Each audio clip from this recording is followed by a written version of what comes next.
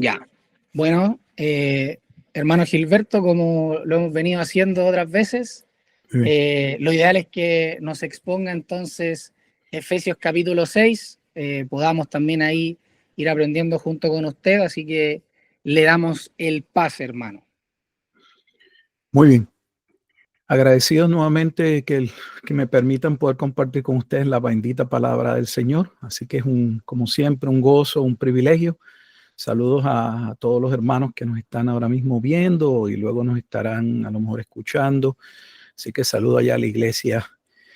Bendiciones.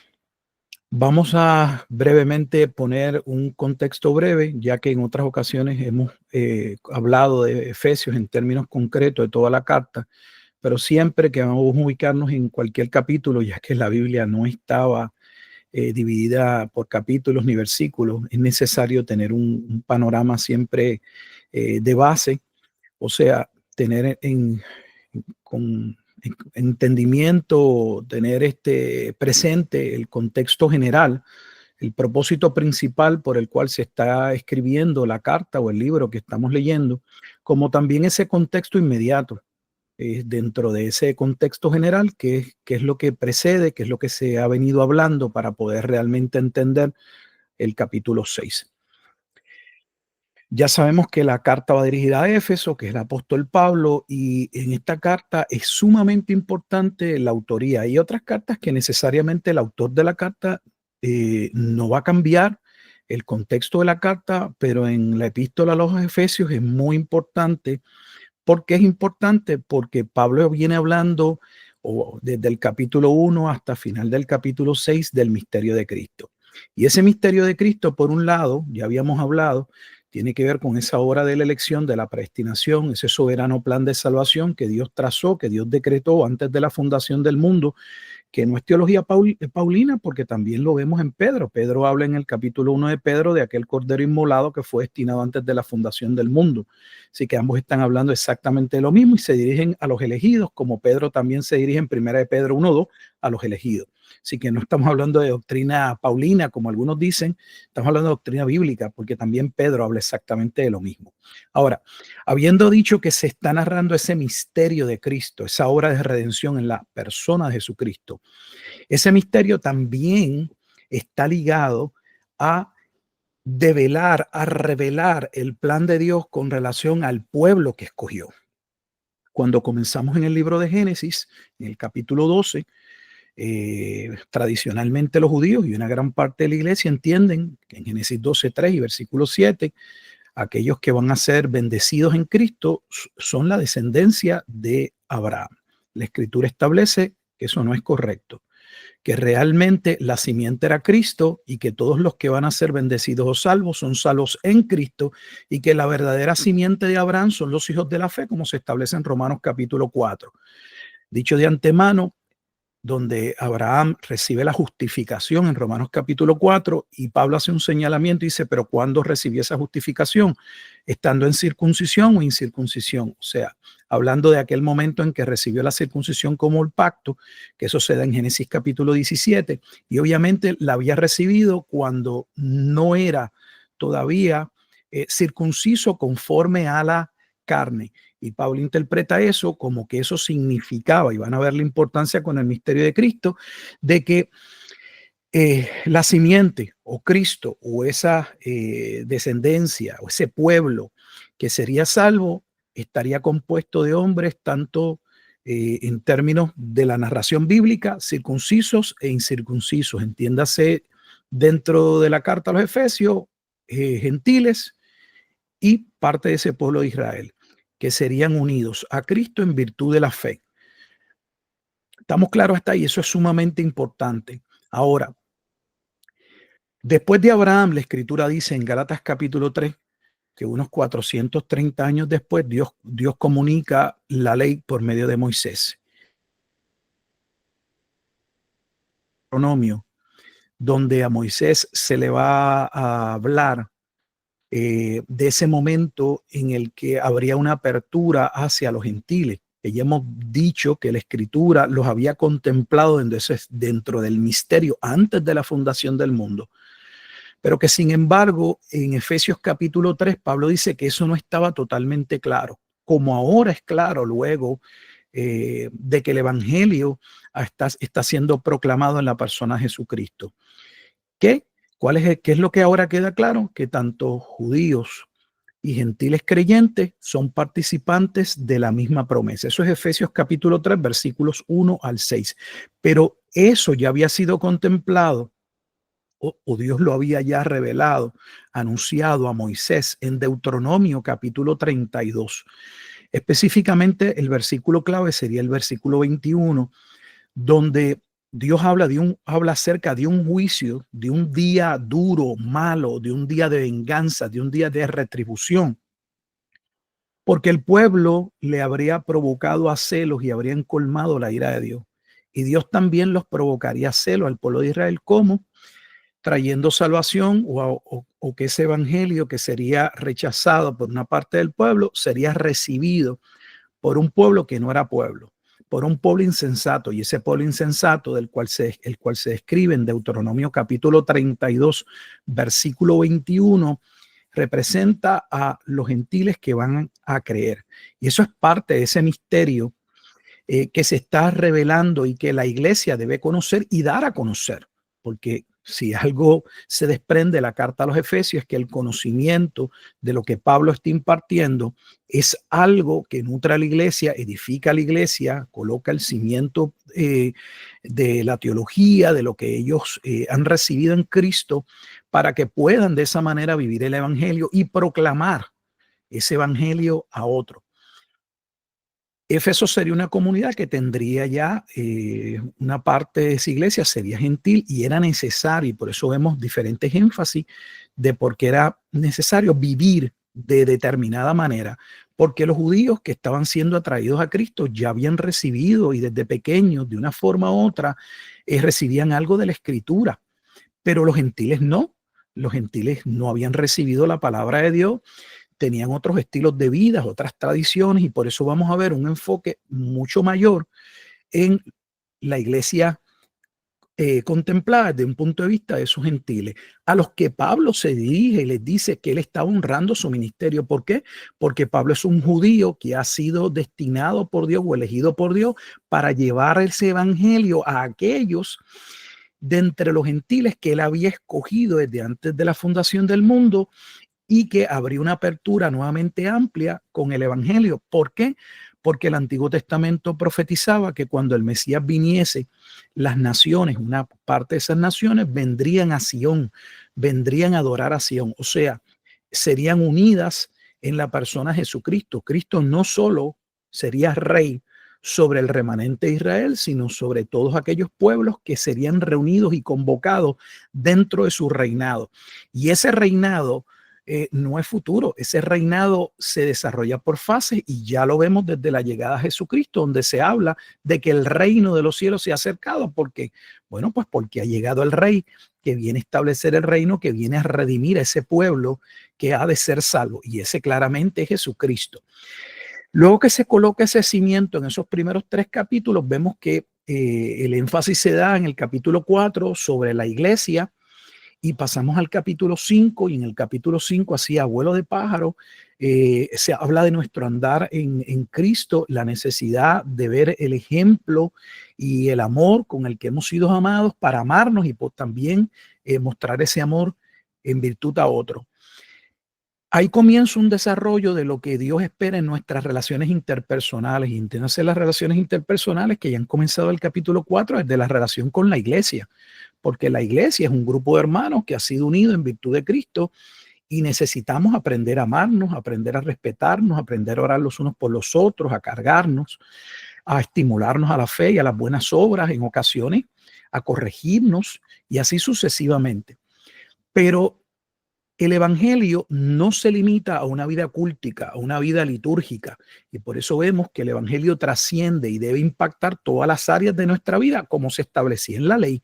Si algo registra los 613 mandamientos que algunos dicen contiene el Antiguo Testamento según los judíos, esos 613 mandamientos comprendían todas las áreas de la vida de los hombres, y vamos a ver exactamente lo mismo en la carta a los Efesios o en el evangelio, que la vida cristiana debe estar ordenada, debe estar ubicada en cada uno de los aspectos de nuestro diario vivir dentro de lo que Dios establece.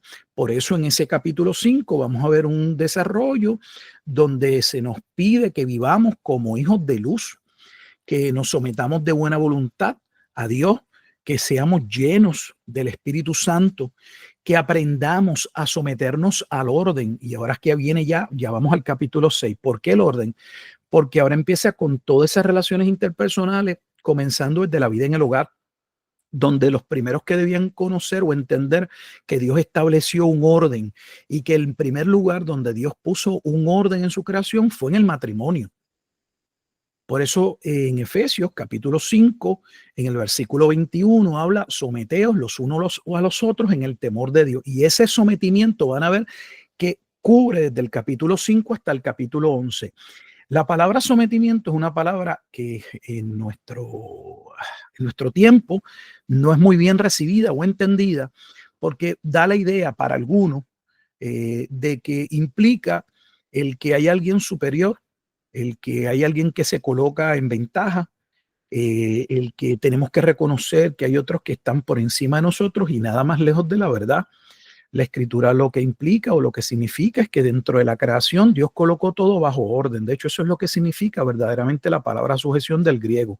Colocarnos bajo el orden establecido por Dios, porque todas las cosas funcionan de acuerdo al orden y al propósito, al diseño con el que fueron colocadas. Por ejemplo, en la vida marital, Pablo va a decir, como ya lo dice en otras cartas, como en Corintios, que Génesis establece que el hombre fue creado primero y luego la mujer.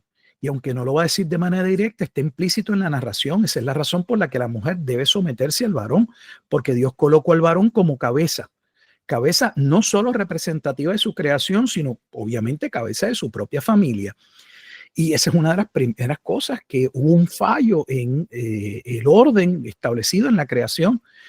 No se trata solo de que Eva comiera del árbol de la ciencia del bien, es que sobrepasó un lindero que en todo caso quien debía tomar cartas en el asunto y haber decidido hubiese sido en todo caso Adán, pero no, ella se tomó la prerrogativa y así sucesivamente. Y ese orden debe ser corregido dentro de la iglesia. Así que cada relación debe ser colocada en orden, comenzando con la vida marital. Colocándose entonces como ejemplo de esa vida marital en el capítulo 5, para entrar al capítulo 6, a Cristo. No hay un mejor ejemplo para la vida marital que la relación de Cristo y la iglesia. No es otra pareja de la iglesia, no es algún matrimonio al que usted aspire o vea. La realidad es que todos los matrimonios pasan por diferentes situaciones. El modelo a seguir es la relación de Cristo y la iglesia.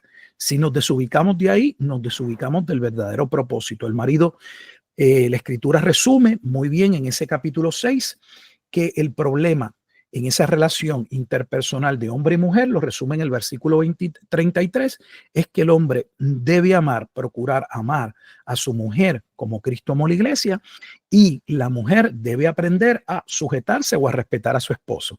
Y si usted lo ve, esa es gran parte de las luchas. El hombre no está amando a su mujer como debería amarla, 6:33, y la mujer no se está sometiendo o no está haciendo la ayuda idónea que fue creada para el varón. Y ahí comienzan ya, con eso ya empiezan las situaciones y los inconvenientes. Ahora, dentro de ese hogar que Dios constituyó, también formuló o estableció que el ser humano, que los hombres se desarrollaran. Génesis capítulo 2, versículo 24, dice que el hombre no debería salir de su casa sino hasta el momento en que va a entrar en pacto marital. Por lo tanto, los hijos están en sujeción y forman parte de ese hogar mientras están dentro de ese contexto y esa unidad de esa familia.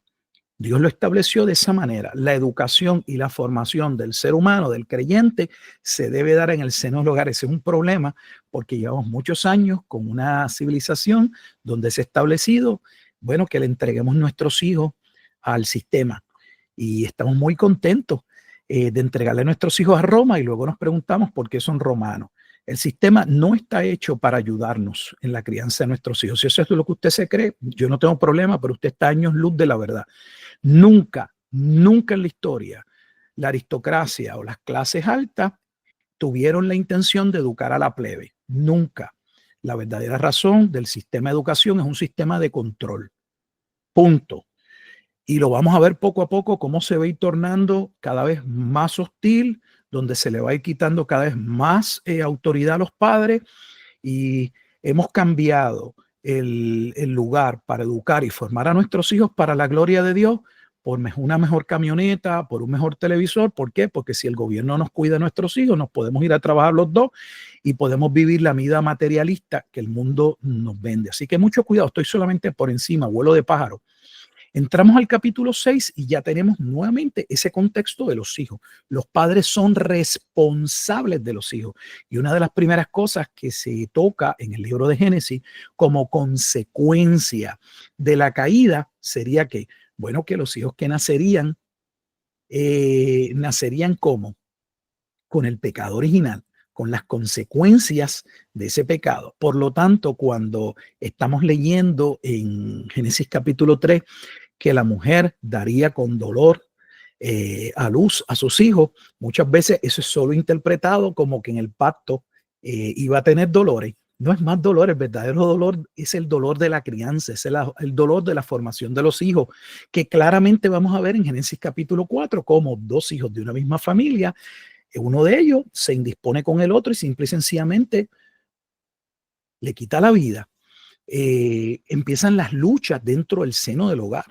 Entonces, si nosotros no entendemos eso como iglesia, vamos a tener problemas como cristianos. Nuestros hijos no son angelitos que luego se convierten en diablitos.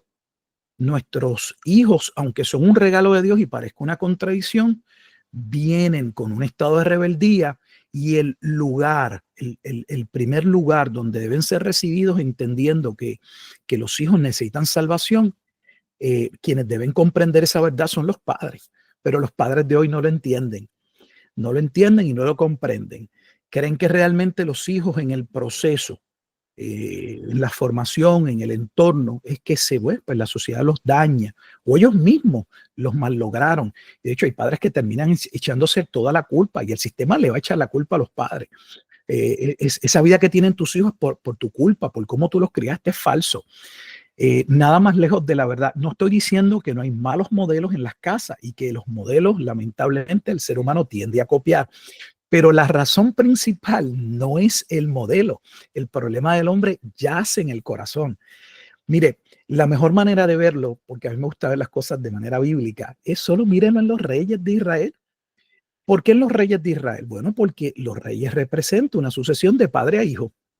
¿Puede usted de verdad mostrar en el Antiguo Testamento que si había un rey bueno, que sería un padre bueno, los hijos eran buenos? No lo puede probar.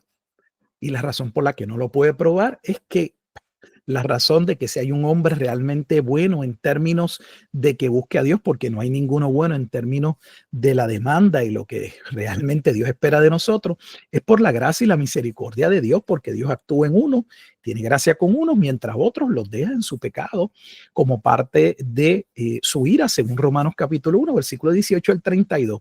Así que los padres son responsables de la educación de sus hijos y deben velar por ellos, pero los hijos a la vez deben entender que el primer lugar donde Dios los coloca para formarlos es en el hogar. Por lo tanto, deben aprender a respetar a sus padres, a honrar a sus padres, porque del capítulo 5 y del capítulo 6 se desprende que la manera en la que honramos a Dios es en cómo también nos comportamos y nos dirigimos y caminamos dentro de su creación. Por lo tanto, un hijo que ama a Dios debería honrar a su padre, como una mujer, por ejemplo, como la mujer en el capítulo 5 dice que debe someterse a su marido como al Señor. O sea, hay una relación directa. O sea, en tu vida cristiana deberías tener el entendimiento, ver la razón de propósito de por qué esto es necesario para que lo haga. Lo mismo sucede dentro del hogar. Los hijos deben ser llamados, deben ser instruidos a conocer a Dios y entender que el primer lugar donde se van a formar para que les vaya bien en la vida, que no significa necesariamente salvación. La realidad es que los mandamientos y los preceptos de Dios, independientemente de que nuestros hijos o no, Dios los llame a salvación, hacer lo correcto tiene consecuencias. Y yo creo que a veces nos limitamos como iglesia solamente a creer o a predicar el evangelio como un llamado a la salvación y como si no tiene ningún otro propósito. No, todo en la vida tiene consecuencias. Y si podemos saber de antemano qué es lo que debemos hacer para que nos vaya bien, pues aún le sirve, no para salvación, pero le sirve para su diario. Eso lo reconoce, por ejemplo, los hombres que son moralistas. Hay hombres que creen que hacer lo bueno es necesario, no en virtud de que crean en Dios como nosotros creemos, sino creen que hay cosas que son necesarias hacer para evitar situaciones y para que les vaya bien. Pues lo mismo sucede con la palabra de Dios. Los hijos deben aprender que el primer lugar donde deben honrar a Dios es en la casa, pero también los padres dentro del proceso de educación tienen que reconocer que ese proceso de disciplina puede ser tan arduo que no deben de ninguna manera provocar a ir a sus hijos. ¿Por qué? Porque la sumisión que implica un orden establece que hay alguien bajo autoridad y obviamente los padres son la autoridad de los hijos, pero toda autoridad en la escritura, como lo es el varón en la casa, es una autoridad delegada, donde la persona que ejerce la autoridad no es la autoridad. Realmente está llamado a el varón a que la palabra de Dios se cumpla en su matrimonio y en el caso pues de que tenga hijos, de que sus hijos también aprendan lo que Dios demanda y los lleve a obedecer a Dios. ¿Por qué? Porque sobre esa base van a ser juzgados. Punto. Esa es la verdadera razón. Ahora, si esa autoridad se malogra y el padre empieza a hacer demandas o los padres que van fuera del marco de la escritura, como podría ser el esposo con la esposa, eso lo que cree es que rebeldía. Sin embargo, la escritura dice que cuando la autoridad o cuando nuestro rol lo desempeñamos de una manera correcta, por ejemplo, Pablo dice en Primera de Corintios, capítulo 7, que el marido que es creyente o la mujer que es creyente podría de esa manera ser un instrumento de bendición para quién, para el cónyuge, si fuera el caso, que no es creyente. Pedro lo dice de la misma forma en Primera de Pedro capítulo 3, cuando está hablándole a las mujeres y les pide que se sometan no solo a sus maridos conversos, sino aún dice a los inconversos. Y que la manera de verse ante ellos, de agradarlos, no debe ser con peinado, sino que deben aprender a ser prudentes, a la piedad, porque eso es realmente lo que Dios le agrada y en todo caso lo que dentro de la voluntad de Dios y lo que es establecido por Dios, Dios va a usar para su gloria. Así que debemos aprender a comportarnos, a caminar, a dirigirnos de acuerdo a lo establecido por Dios. En ese mismo transcurso también se habla de la relación entonces, digamos, por ejemplo, patrono y obrero, o el jefe y los empleados, el escenario podríamos decir de trabajo, donde entonces se le va a decir al trabajador que debe aprender a obedecer a su patrono y al patrono se le va a decir que debe aprender a respetar la vida de su empleado. ¿Por qué? Bueno, pues porque los creyentes, para efectos de orden, pueden haber estratas o puede haber una jerarquía, pero para efectos de Dios no hay acepción de personas, que es lo que Dios le dice al amo en el versículo 9. O sea, el hecho de que tú tengas personas a tu cargo no significa que tú eres superior a ellos, como Adán, en un sentido, no era superior, obviamente, a Eva. Ambos habían sido creados a imagen y semejanza de Dios. Solo habría un orden y dentro de ese orden Adán era cabeza, tenía una responsabilidad mayor, pero él no era en ese sentido superior. Así que los amos no se debían sentir superiores. Por otro lado, los obreros o el que trabajaba debía aprender a hacer las cosas como cada cristiano para el Señor, hacer las cosas con diligencia, hacer las cosas para el bien. Tenemos un problema porque tenemos una perspectiva muy equivocada del trabajo, donde algunos cristianos aún creen que el trabajo es parte de una maldición que Dios le otorgó al hombre luego de la caída de Adán en Génesis capítulo 3. No, eso es totalmente falso. Dios colocó al hombre bajo autoridad y bajo el cuidado de su creación en Génesis capítulo 1, versículos 26 hasta terminar el capítulo. Ya el hombre tenía una responsabilidad de cuidar y de velar, de sojuzgar la creación de Dios. Lo único que se establece en la caída es que ahora ese hombre, al ser expulsado del huerto de Dios, pues no sería exactamente lo mismo. Tendría que trabajar más duro para que entonces aquello que pues contaba con la bendición de Dios de una manera increíble, ya no sería de esa forma. Pero no es que el trabajo se convierte o es una maldición en el capítulo 3. No, el trabajo es un medio donde producimos y donde somos parte de una sociedad, somos seres agrícolas.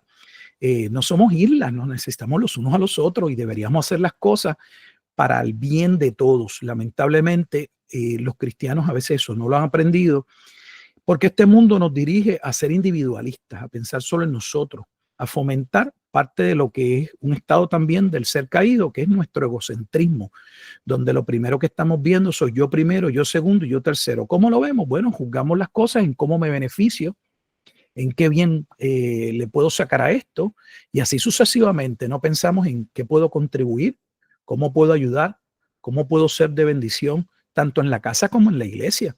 Las personas vienen buscando y no en dar.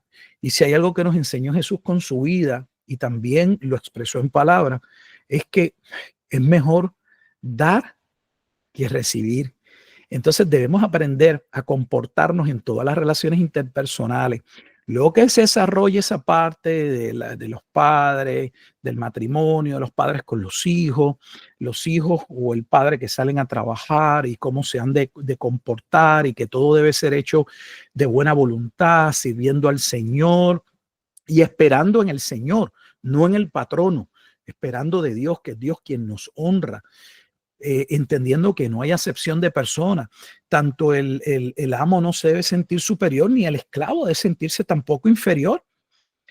Entonces, aquí viene una parte que de momento podríamos pensar que hay un cambio, y es la parte donde nos confrontamos o llegamos a la perícopa, al encabezado, al título que encabeza el versículo 10, donde muchas Biblias pues le colocan la armadura de Dios.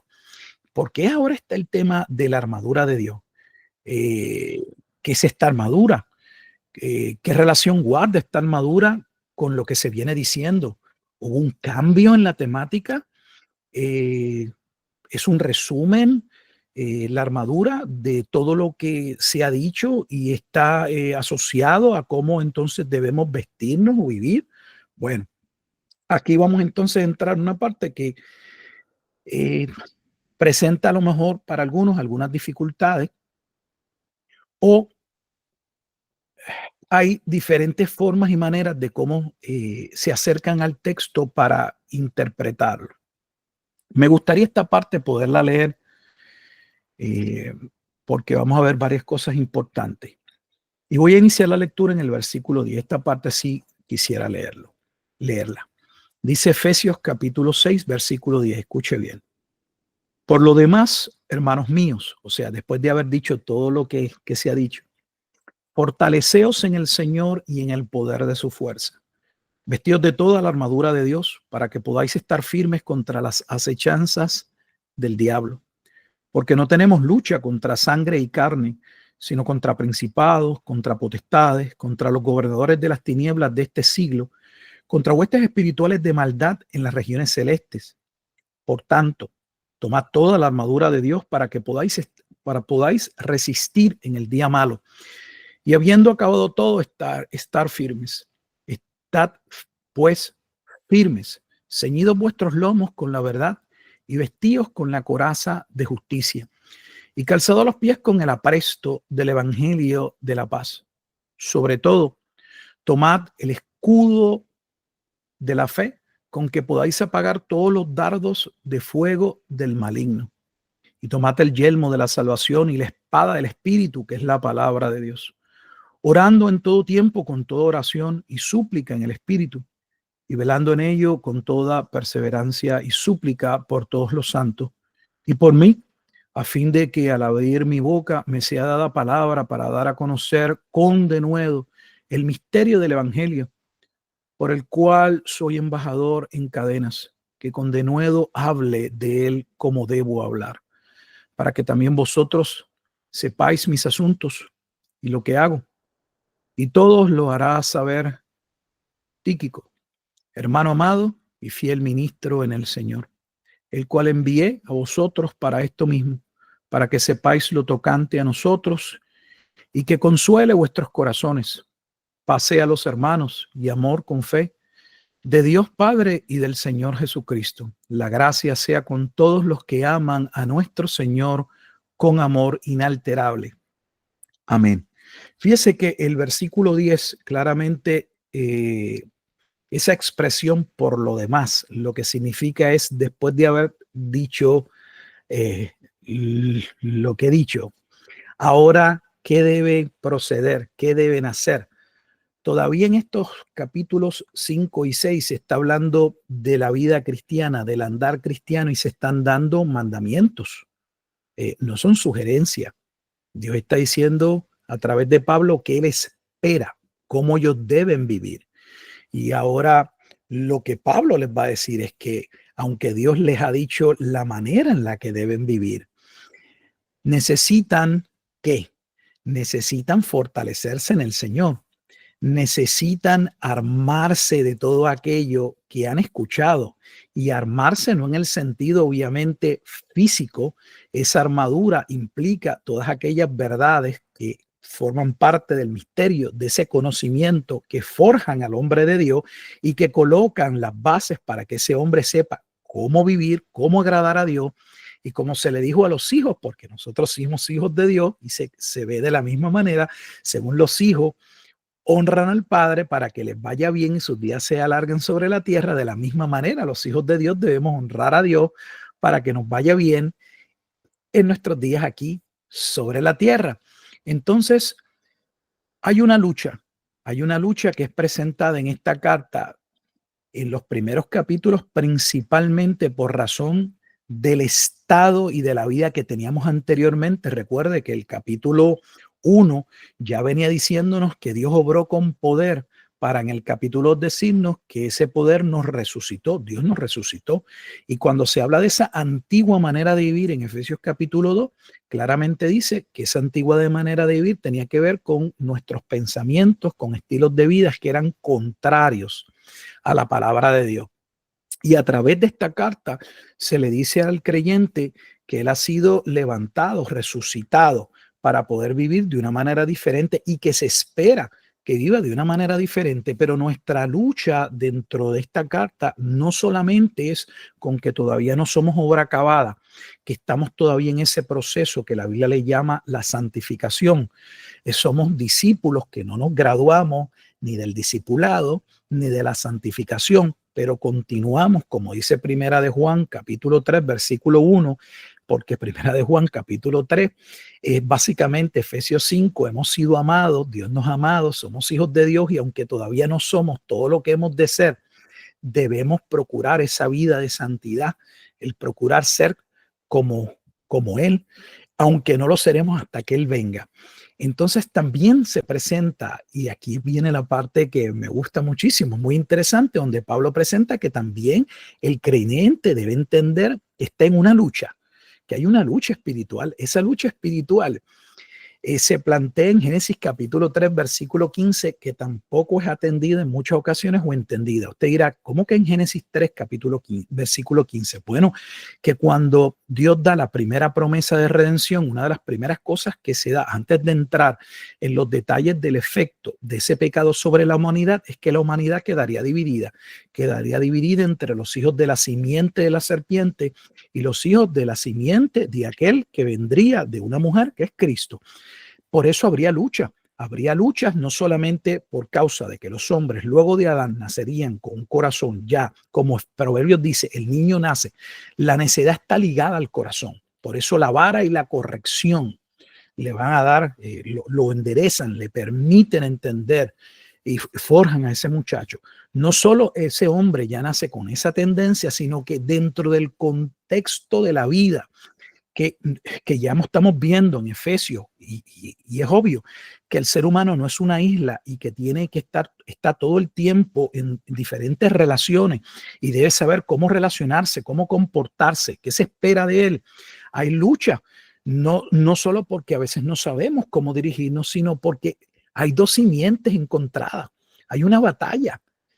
Entonces, no solamente hay una batalla entre esas dos simientes, sino que tenemos a un adversario que se rebeló contra Dios y que tiene una comunidad de huestes espirituales que dirige, que es lo que Pablo está hablando dentro del contexto de Efesios. Y usted dirá, ¿por qué habla de Satanás? Y aquí vamos a ver. En el Antiguo Testamento, solo para poner una base y parte del contexto, porque aquí no está hablando de guerra espiritual como lo entendió la iglesia hace unos años atrás y todavía una parte de la iglesia, que estos son pasajes que nos permiten ver que debemos entrar a orar y específicamente por demonios que puedan estar en un país, no sé, en una familia. La gente habla de maldiciones generacionales. No. Pablo no está hablándonos aquí a los creyentes para que entren en una lucha directa contra Satanás ni contra ninguna hueste espiritual. Lo que nos está haciendo consciente o lo que está haciendo consciente a la iglesia es que esos choques en las relaciones interpersonales, que es lo que se viene dando, no solo son propiciados por ese estado de que todavía no somos sobreacabada, sino que realmente hay maldad, Satanás quisiera, Jesús lo dijo en Juan capítulo 10, el diablo o el enemigo no ha venido sino a matar, hurtar y destruir. O sea, que cuando estemos viendo los choques y las diferencias que podemos tener entre hermanos en la familia, entendamos que no debemos matarnos físicamente porque la lucha va más allá de personalismo, de no entrar necesariamente en consenso, de no ponernos de acuerdo, sino en que debemos entender que realmente hay una operación maligna que quisiera distraernos, quisiera distanciarnos de cumplir con el propósito de Dios. Eso es principalmente lo que se está diciendo. Por ejemplo, en el libro de Daniel, por un ejemplo, no vamos a ir al libro de Daniel, pero en el libro de Daniel, una de las cosas que Daniel viene a estar consciente y nos ayuda el libro a ser consciente, que Daniel va a pasar por al menos dos imperios dentro del contexto.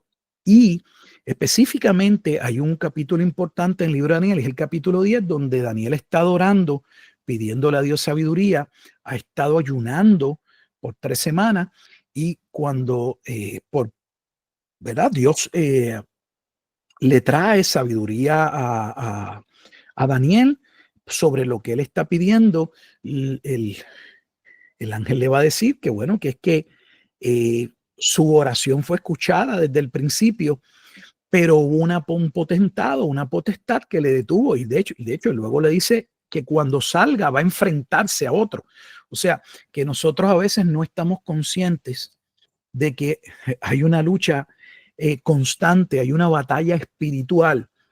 Y Pablo quiere hacer consciente a los hermanos de que nuestra lucha es amplia. Luchamos contra todavía esa parte nuevamente de nosotros, carnal.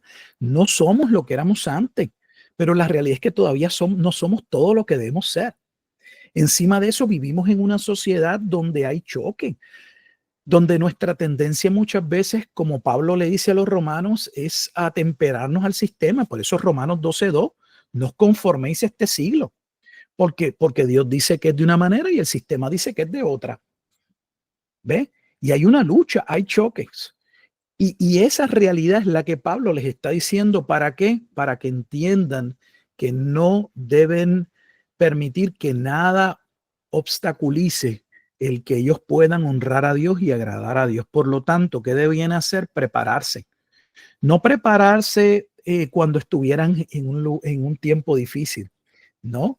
ya que salimos a la guerra y a la batalla en un sentido todos los días, es el deber del creyente aprender a vivir una vida devocional, una vida de oración, una vida donde estudia las escrituras y aprende aquellas verdades de lo que Dios le ha dado, le ha otorgado como parte del misterio en Cristo. ¿Para qué? Para que él pueda estar firme. ¿Firme en qué? En mantenerse caminando en la palabra de Dios independientemente de lo que pueda decir el sistema, por lo que pueda decir la sociedad, lo que pueda decir el gobernante, y pueda honrar y agradar a Dios.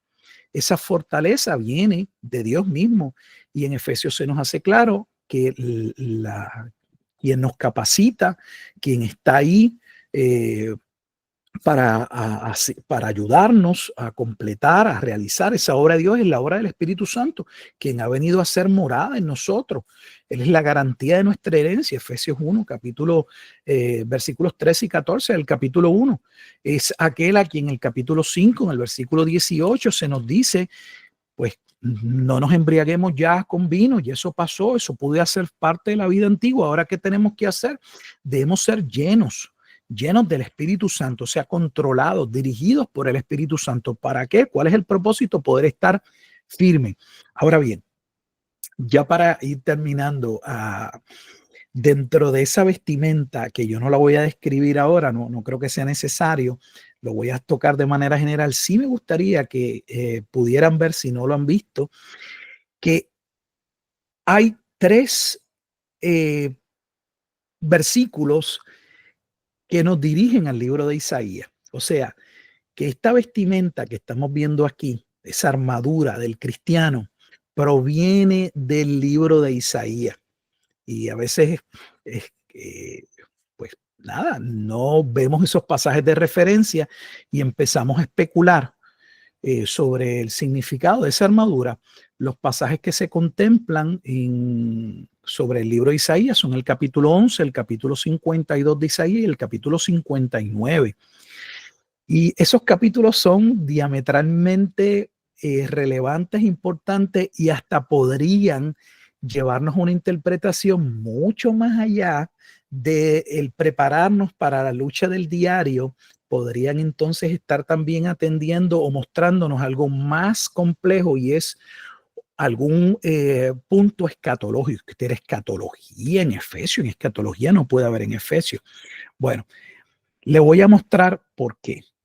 Primero vayamos a Isaías capítulo 11, versículo 5, porque es base del versículo 14 cuando dice: estad pues firmes, ceñidos vuestros lomos con la verdad y vestidos con la coraza de justicia. Esa verdad y esa justicia van de la mano, porque la justicia significa llevar a cabo lo que Dios ha establecido, esa verdad.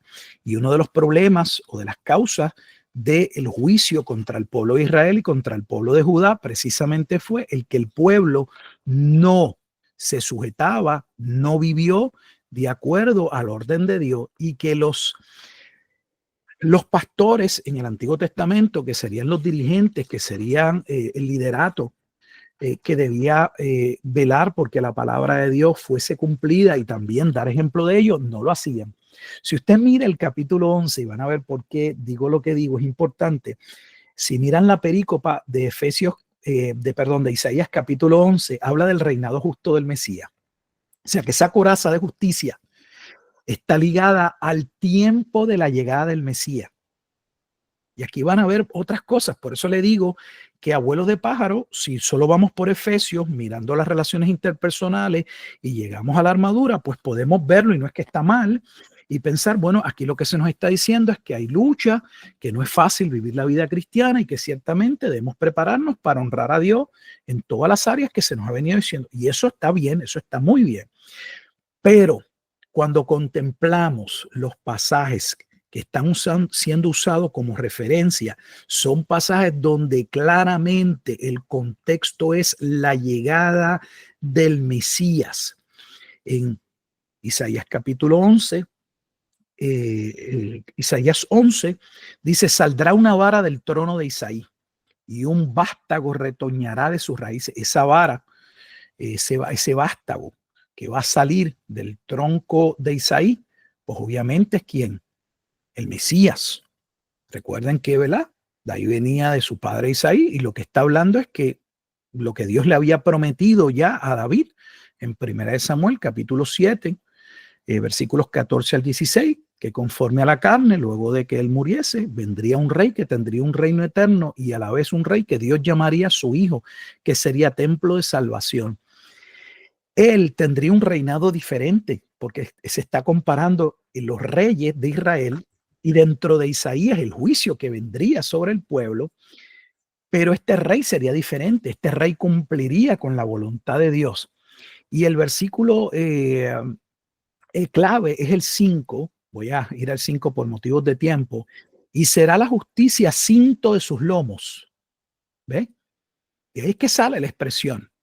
Y la fidelidad ceñidor de su cintura, la fidelidad que es la verdad. O sea que el contexto de lo que Pablo está hablando es Isaías, y está hablando de la llegada del Mesías y de cómo el Mesías viene a cumplir la justicia de Dios que el hombre no ha podido cumplir y establecer un reino diferente. Y obviamente los que son o vienen a formar parte de ese reino son llamados también a ¿qué? A vestirse o a vivir de acuerdo a ese reino. Ahora, van a ver cómo se desarrolla, y esto de manera por tiempo muy rápido. Si regresáramos a Efesios, en el versículo continúa el 15, dice, calzados los pies con el apresto del evangelio de la paz. Mi Biblia dice, yo tengo una Biblia que dice que debo ir a Isaías capítulo 52, versículo 7.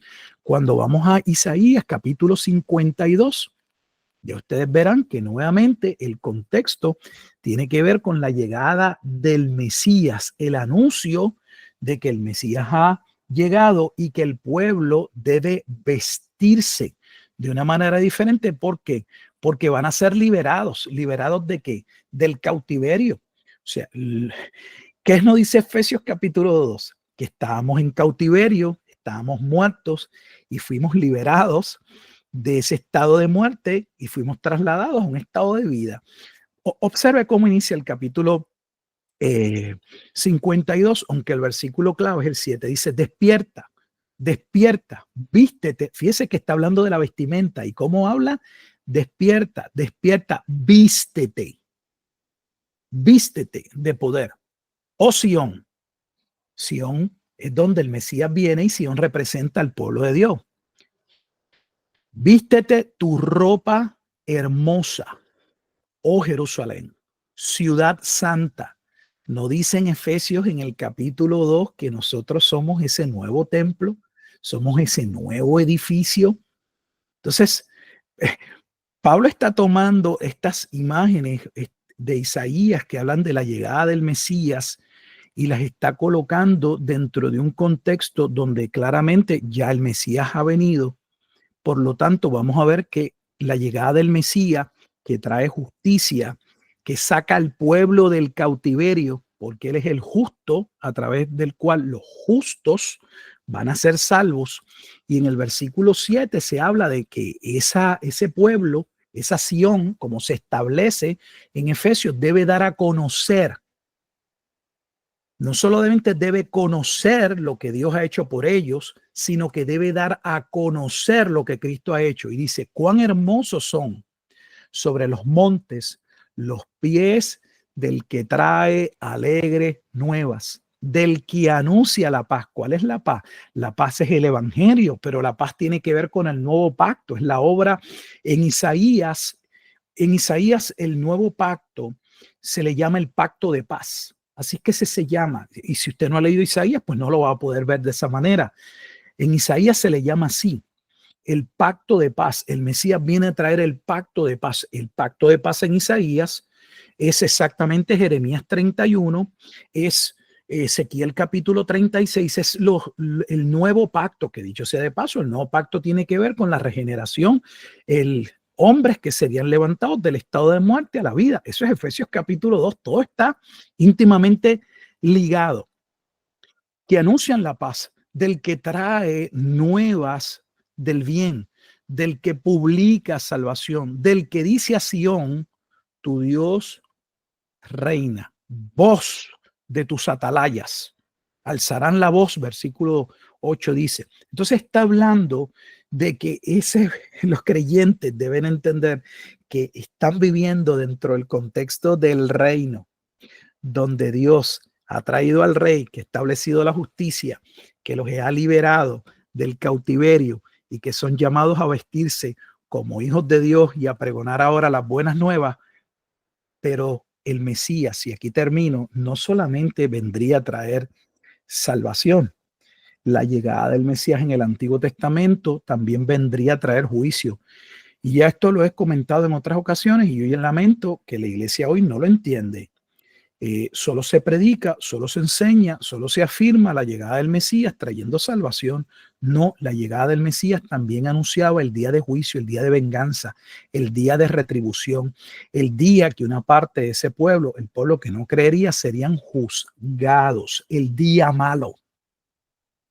El día malo, ya van asociando, porque dije que no solamente debía contemplarse el capítulo 6 como el de la lucha diaria, la lucha por vivir dentro de la santidad, el temor de Dios, sino que podía verse desde un punto de vista escatológico. Si miran el versículo 17 de Efesios capítulo 6, Efesios capítulo 6, versículo 17, dice de la siguiente manera: y tomad el yelmo de la salvación y la espada del Espíritu, que es la palabra de Dios, orando en todo tiempo, con toda oración y súplica en el Espíritu y velando en ello, con toda perseverancia y súplica por todos los santos.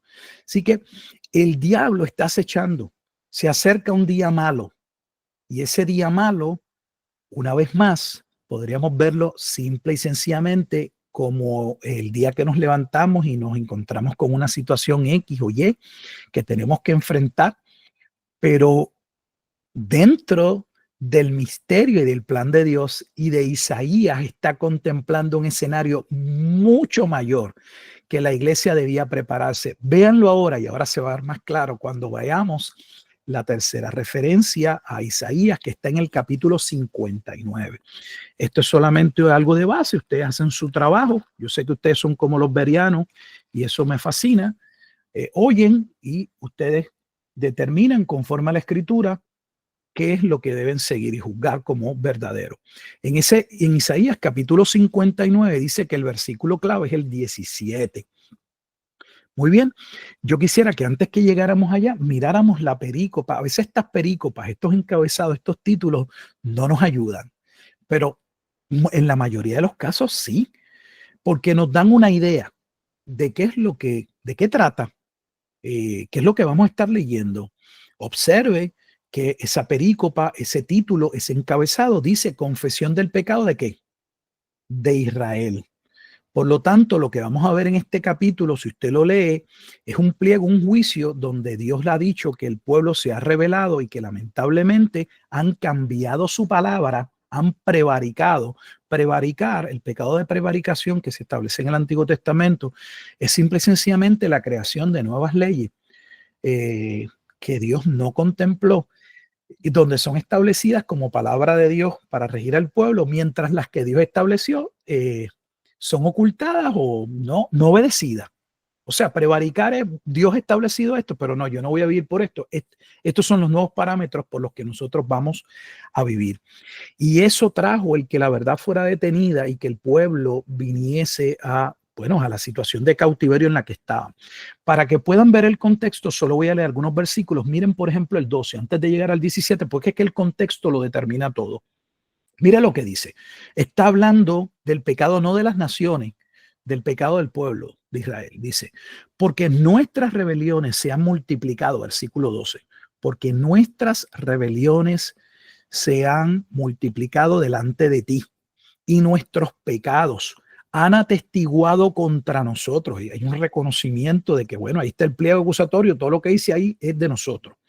Porque con nosotros están nuestras iniquidades y conocemos nuestros pecados, el prevaricar y mentir contra Jehová y el apartarse de en pos de nuestro Dios, el hablar calumnia y rebelión concebir y proferir de corazón palabras de mentira. Esto no suena parte de lo que nos dice en el capítulo 4, que no mintamos los unos con los otros y bla, bla, bla. De esto está hablando en Efesios. Y el derecho se retiró y la justicia se puso lejos, porque la verdad tropezó en la plaza y la equidad no pudo venir. Mira ahora lo que va a decir el versículo 15. Y la verdad fue detenida. Y el que se apartó del mal fue puesto en prisión. Y lo vio Jehová y desagradó a sus ojos porque pereció el derecho. Mire lo que dice ese versículo 15.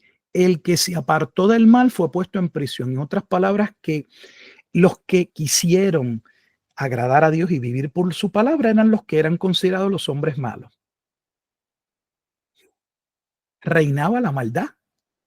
Hay una lucha. Hay una lucha. Estaban rigiendo las tinieblas.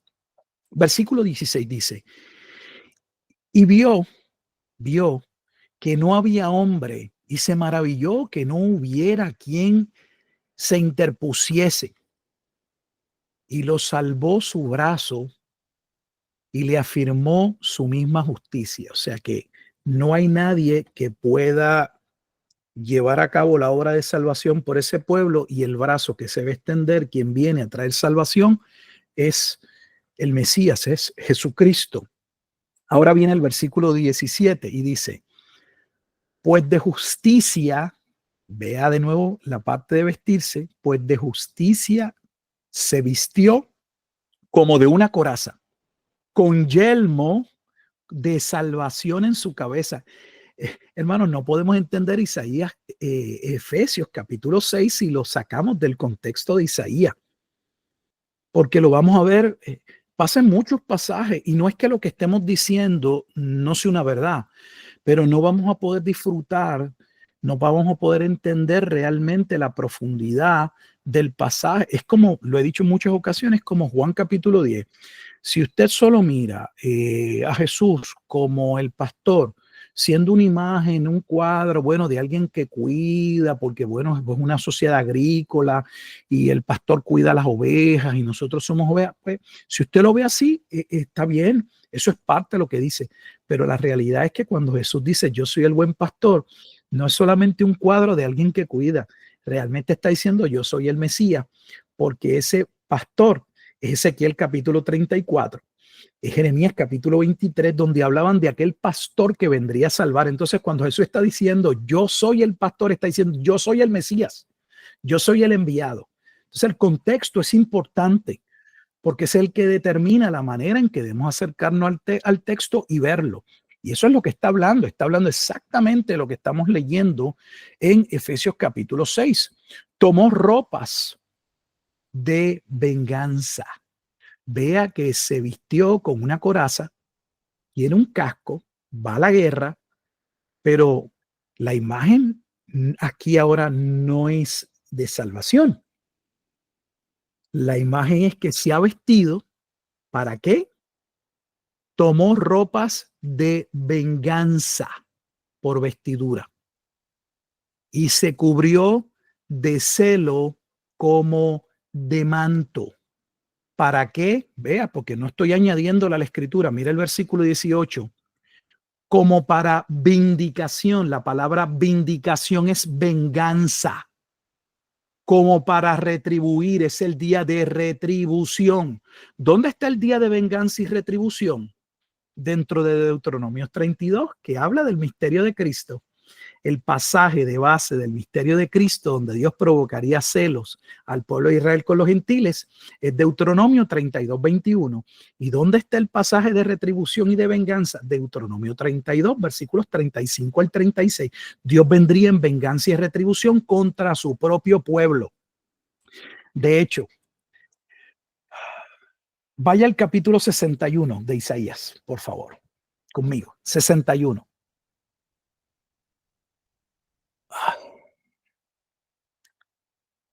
El capítulo 61 de Isaías es el capítulo que es la base o el fundamento de aquella porción en el Nuevo Testamento donde Pues se nos dice, o se nos habla en Lucas capítulo 4, versículo 18, que Jesús está en aquella sinagoga en Nazaret y se le entrega o se le da el rollo del profeta Isaías. Y mire lo que dice, preste atención. El Espíritu de Jehová, el Señor, está sobre mí, porque me ungió Jehová, me ha enviado a predicar buenas nuevas a los abatidos, a vendar a los quebrantados de corazón, a publicar libertad a los cautivos y a los presos apertura de la cárcel. Eso es salvación. De hecho, eso es parte de lo que Juan el Bautista va a recibir cuando envíe y luego, estando en la cárcel, pregunta, cuestiona, ¿eres tú aquel que habría de venir? Y se le manda a decir a Juan, o sea, dile a Juan que yo estoy cumpliendo la obra del Mesías. Los ciegos ven, los sordos escuchan, bla, bla, bla. Ahora, escuche bien. Ese día era el día de la buena voluntad, pero también traería el día de venganza. Mírelo en el versículo 2. A proclamar el año de la buena voluntad de Jehová. Ese es el día en el Antiguo Testamento en que tenían que ser canceladas las deudas. Era un día de sumo gozo para aquel que estaba en muchos problemas económicos, entre otras cosas, que tipifica, pues obviamente, nuestra salvación, nuestros pecados. El acta o el decreto que había sobre nosotros, pues no fue quitada, fue clavada en la cruz. Pero también dice, y el día de venganza. ¿Dónde se halla en el Nuevo Testamento que Jesús haya hablado del día de retribución y el día de venganza o del día malo? Vayan conmigo a Lucas capítulo 21. Y con este último termino. Digo algo breve y termino. Lucas 21.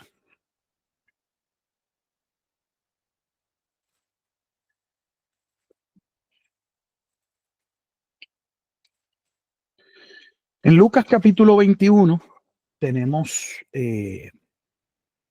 lo que sería Mateo 24 o lo que sería lo relevante a Mateo capítulo 13. Es una visión sinóptica, comparativa. Y quiero empezar la lectura en el versículo 20. Lucas 21, 20. Y va a decir, pastor, pero ¿cómo de Efesio llegamos a Lucas? Dice, pero cuando viereis a Jerusalén rodeada de ejércitos, sabed entonces que su destrucción ha llegado, el día malo, el día ardiente de Jehová. Entonces los que estén en Judea huyan a los montes y los que estén en medio de ella, váyanse. Y los que estén en los campos no entren en ella. ¿En ella quién? En Jerusalén. Porque estos son días de retribución. Y días de retribución, escuche, de algo que ya había sido profetizado, para que se cumplan todas las cosas que están escritas.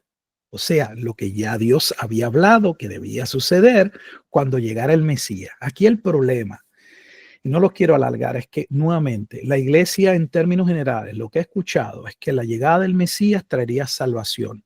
Y es cierto, pero la llegada del Mesías en el Antiguo Testamento también estaría ligada a que una parte de ese pueblo de Israel que rechazaría a Cristo pasaría por un juicio. Y ese es el día malo. Y yo entiendo que parte de lo que Pablo le está comunicando a los hermanos, a lo mejor no está entrando en todos los detalles, porque recuerde que las cartas van dirigidas a hablar de una cosa específica y la ausencia de algo no significa que no se haya hablado de esto. Sería que se va acercando, el enemigo está acechando y esa acechanza tendría que ver con que Jesús dijo que cuando esos días se acercaran habría que mucha apostasía, la verdad sería tergiversada, aparecerían muchos falsos profetas.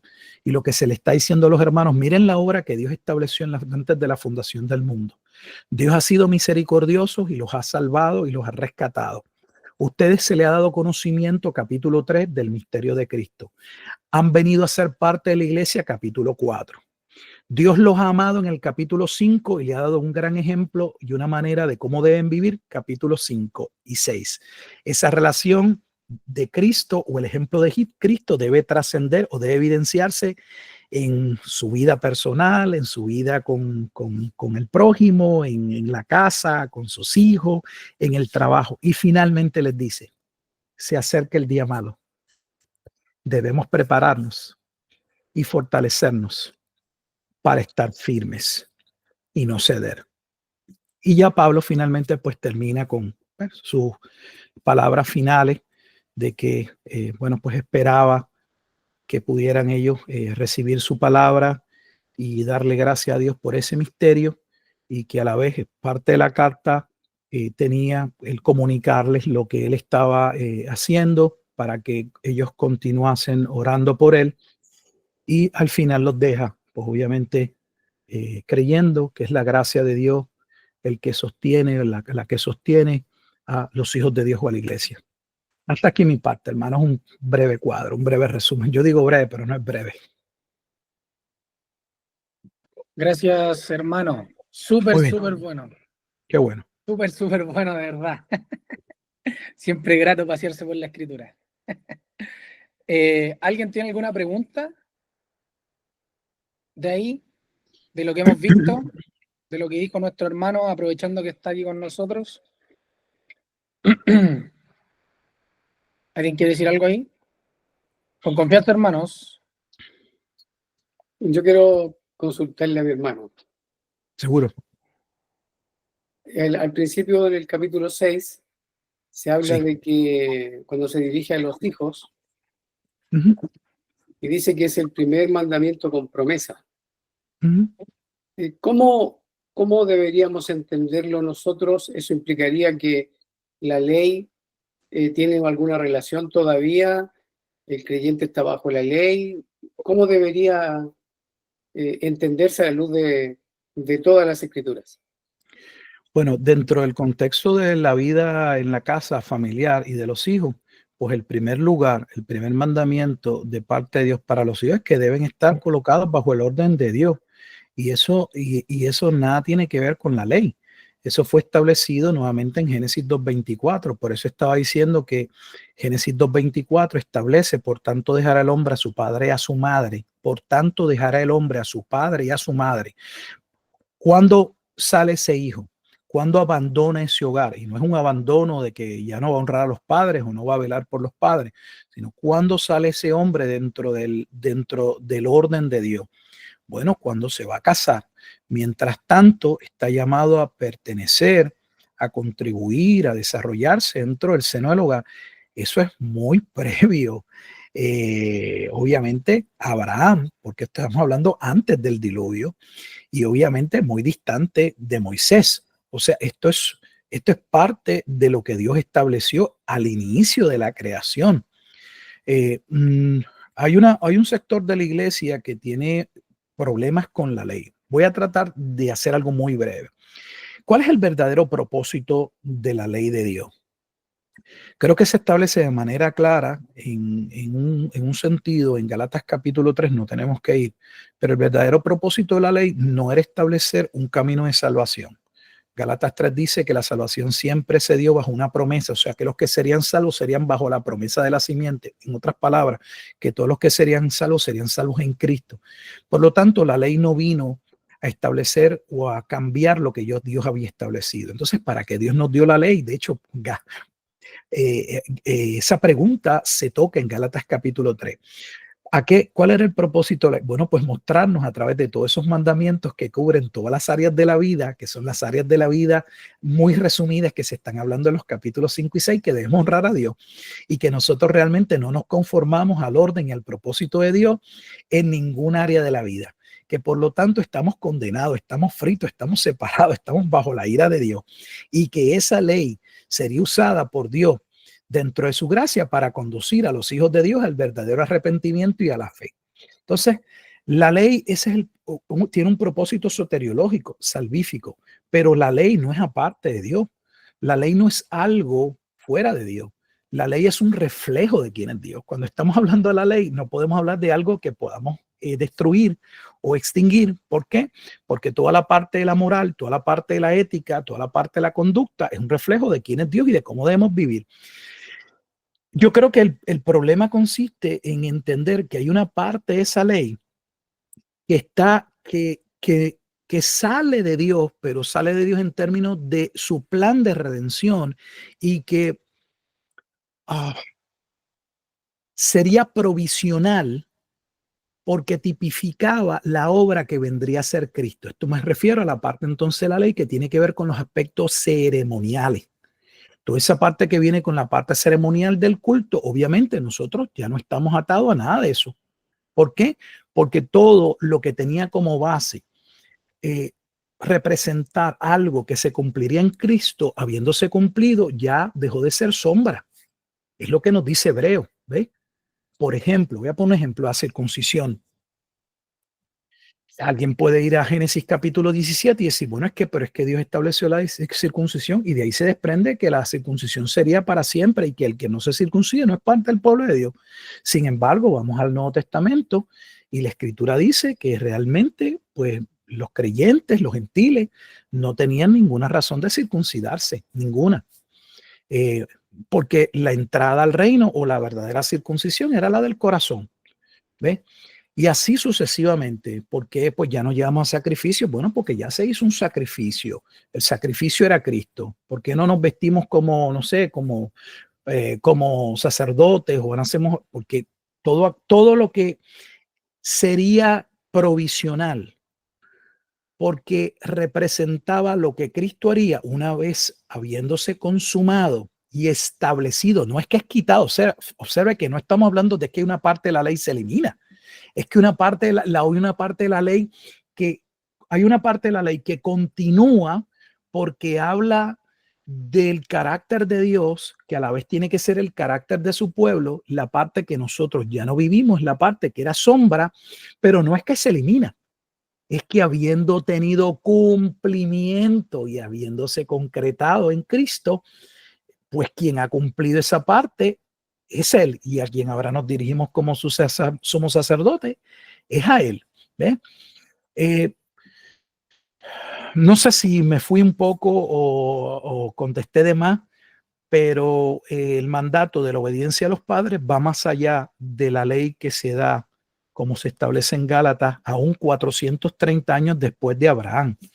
El mandato de honrar a los padres que se establece con Moisés, aunque se establece dentro del marco de la ley, y entiendo por qué puede venir la pregunta, porque es legítima, porque realmente eso viene de Éxodo 20 y Deuteronomio capítulo 5, eso es claro, y uno podría verlo, es que sí, es que es parte de la ley, sí, pero aunque la ley lo está recogiendo, eso que la ley está recogiendo ya había sido dado, ya había sido establecido en el orden de la creación, es el punto.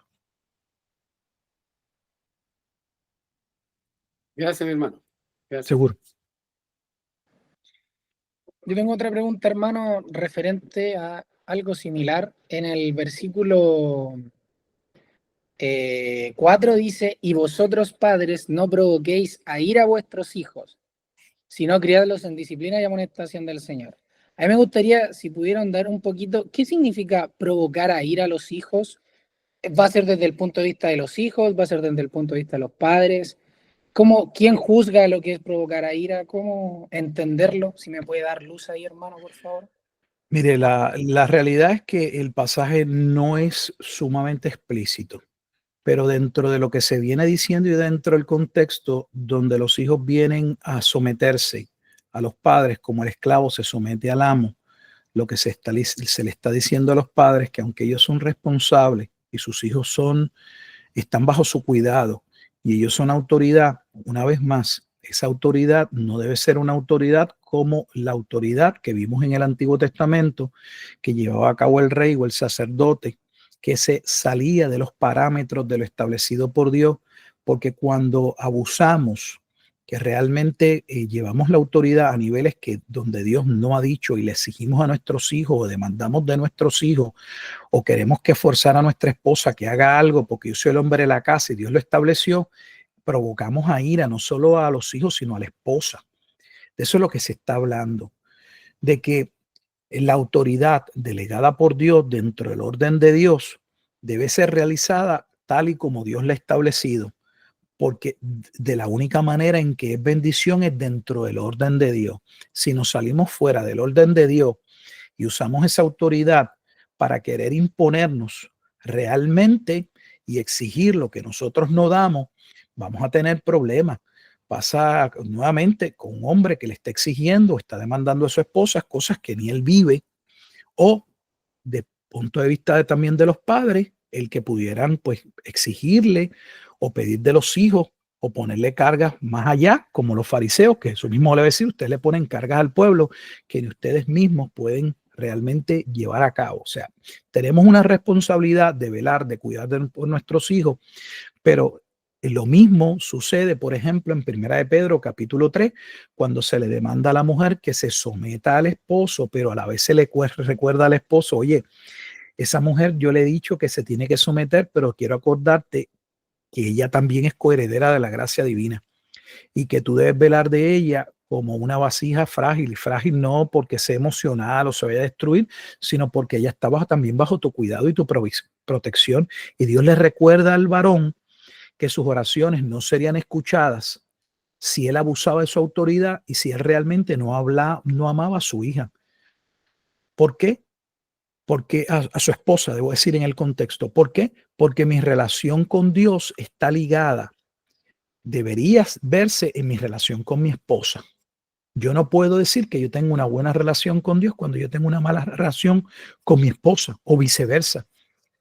Hay unos parámetros y dentro de esos parámetros de lo establecido por Dios debemos caminar. Si nos salimos de ahí, lo que la Biblia dice es que lo que vas a provocar en tu hijo es ira.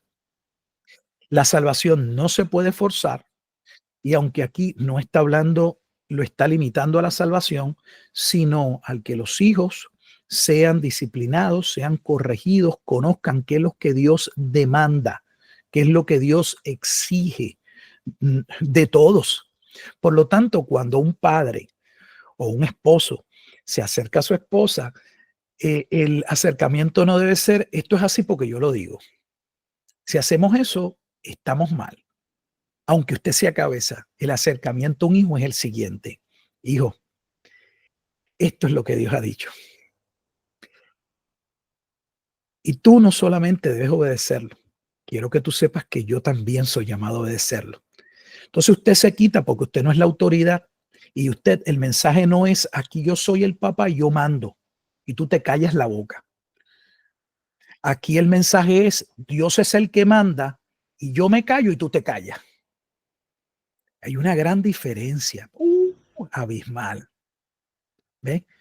Entonces los hijos no es que creen, oye, papá se cree que él no, papá no es autoridad. Papá lo único que está diciendo es, nuestro papá, nuestro creador, estableció unos principios, hijo. Y si queremos que nos vaya bien, no es contigo, no es que yo te digo que tú me obedezcas para que te vaya bien, es que yo mismo quiero que me vaya bien. Yo quiero que nuestra casa nos vaya bien. Y si tú quieres que te vaya bien, hay que honrar a Dios, porque la Biblia es clara que los que no honran a Dios van a ser enjuiciados por Dios. Ese es el punto, hermano. Es sencillo.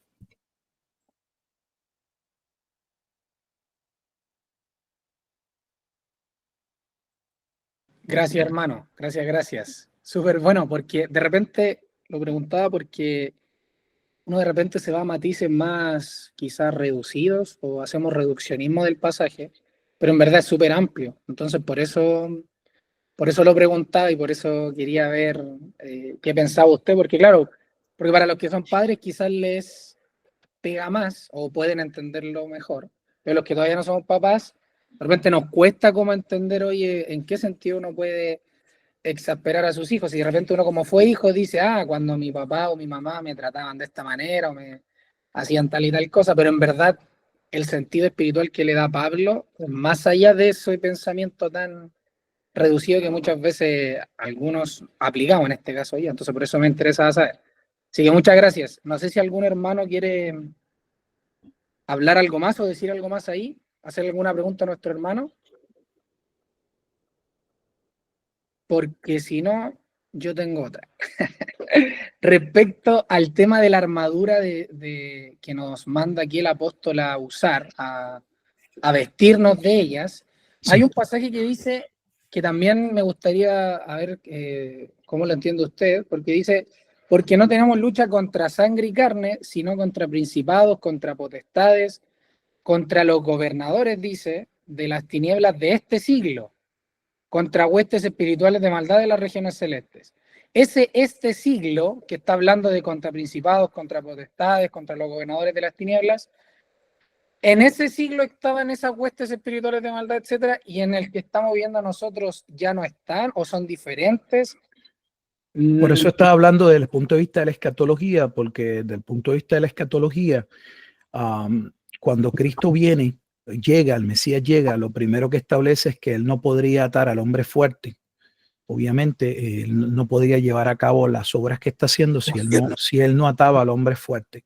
Sin embargo, la atadura que se describe posteriormente en Apocalipsis capítulo 20, dentro del periodo milenial, sería una reducción sustancial de esa obra de Dios. Recuerden que Satanás no es un contraenemigo de Dios realmente, o sea, no es una contraparte de Dios, no puede luchar contra Dios. Nosotros hacemos a veces esas caricaturas.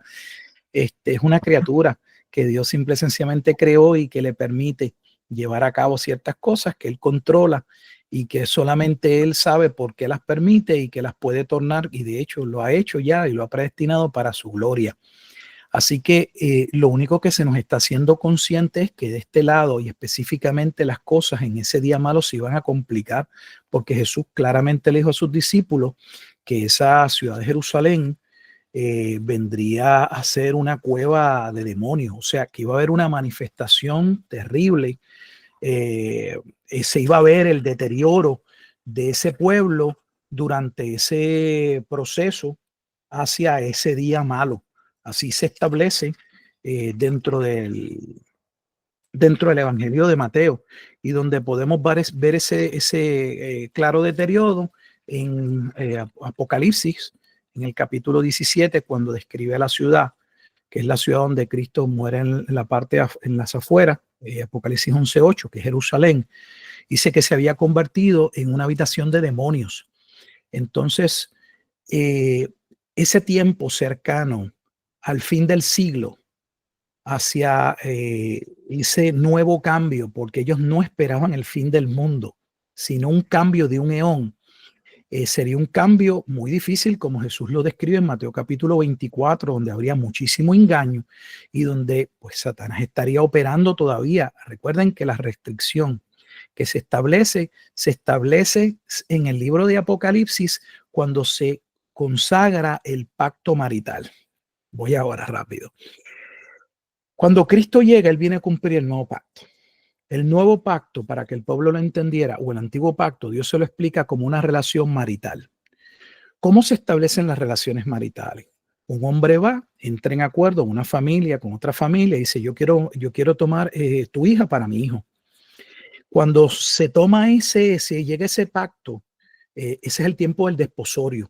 En un sentido, conforme a la ley, el matrimonio, por eso se entrega la dote y ya hay un acuerdo y básicamente están casados. Por eso si esa mujer viola el pacto, debe morir o ser apedreada, como era el caso, por ejemplo, de María.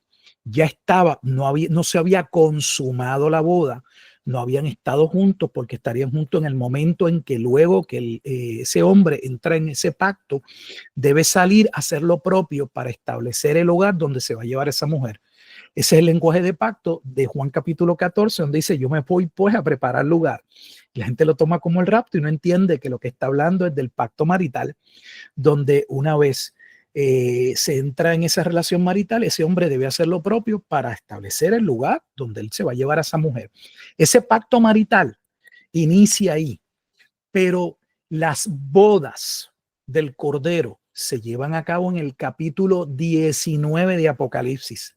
Se llevan a la par con el día de retribución y el día de venganza que estamos viendo, que es exactamente el capítulo 59 de Isaías. No es coincidencia que el día de venganza, el día de retribución, el día de Armagedón, es el mismo día en el que cuando se finaliza la batalla dice que se llevan a cabo las bodas del Cordero. ¿Y qué es las bodas del Cordero? Bueno, el día en que el esposo venía y se consumaba. Ya estaban en una relación de pacto. Para los efectos, él era el esposo y ella sería la esposa, pero este es en el momento en el que se unen.